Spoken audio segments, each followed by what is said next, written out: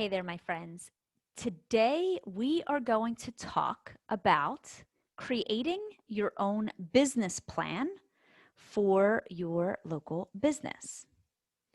Hey, my friends, this is Kelly Schaefer, the creator of the Concierge Academy, where I help local-based businesses such as concierge, personal assistant, and other helper businesses market their businesses more successfully so that they get more clients, make more money, and have a greater impact in their local community.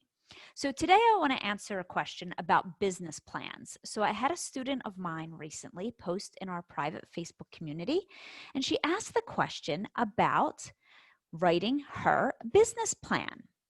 And so I want to share with you 6 things that you will want to put into your business plan.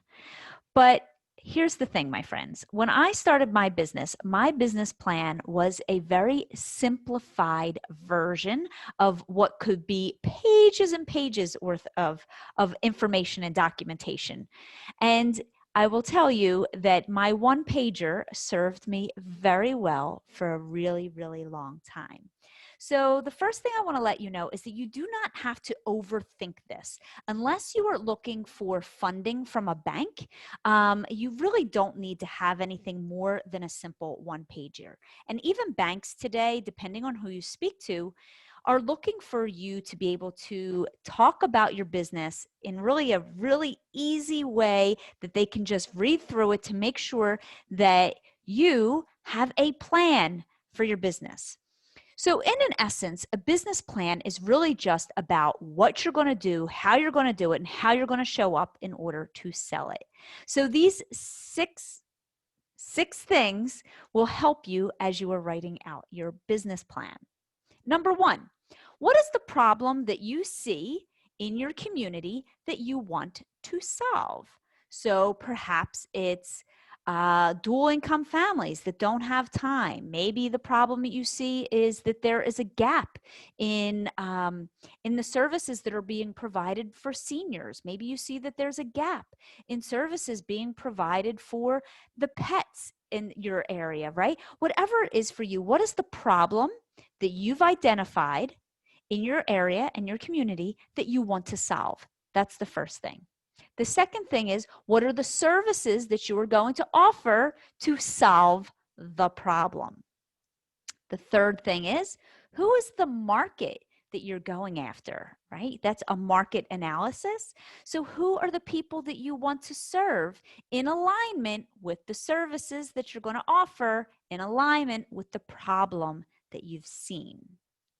The next thing that you're going to have in there is the marketing. How do you plan on marketing this lovely business that you have now started, right?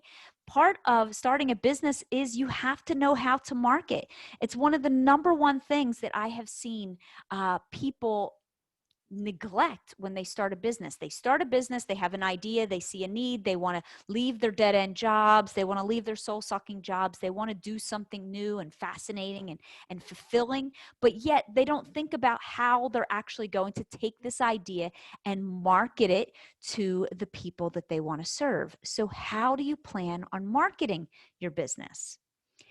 One of the things you are also going to have to include are, what are your sales projections for this year? Are your sales projections this year 20K, 30K, 50K? And I'll give you bonus points if you align your marketing strategies with those sales projections. And one of the things that one of my very first business coaches made me do was identify what makes me unique and uniquely qualified to serve this particular market that I wanted to serve. And so what is your unique selling proposition? What makes you unique? Why should someone hire you for the services that you're going to offer that are solving the problem that you've identified? I know all this information is so dry, it is so boring, but I really want you to really just think about it in a new way. If you were to just sit down and write a love letter to your community, if you were to just sit down and write a love letter to your business or to your potential clients, that will help you generate the ideas from your brain in a much more flowing way instead of sitting down trying to write a business plan that is very dry and old school and kind of sounds like the old boys club, if I'm being completely honest. So as you're writing this love letter, think about, what are the problems that you want to solve? Dear, market, who is the market that you want to solve?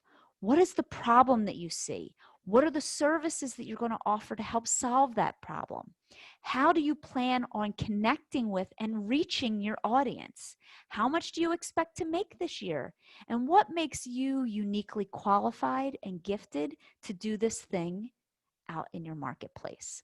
So, this week's strategy is really about using a love letter to create your business plan so that you know exactly how you are going to get out there, get your message out to the world, or world being your community, and work with those people that you want to work with the most. It doesn't have to be dry and boring. So that's my assignment for you all this week, is to write a love letter in a form of a business plan, and then use that love letter to support you as you go out and build your business. Okay, my friends, make sure you hit that like button below and subscribe to our channel so that you do not miss any upcoming episodes. Until next time, bye now.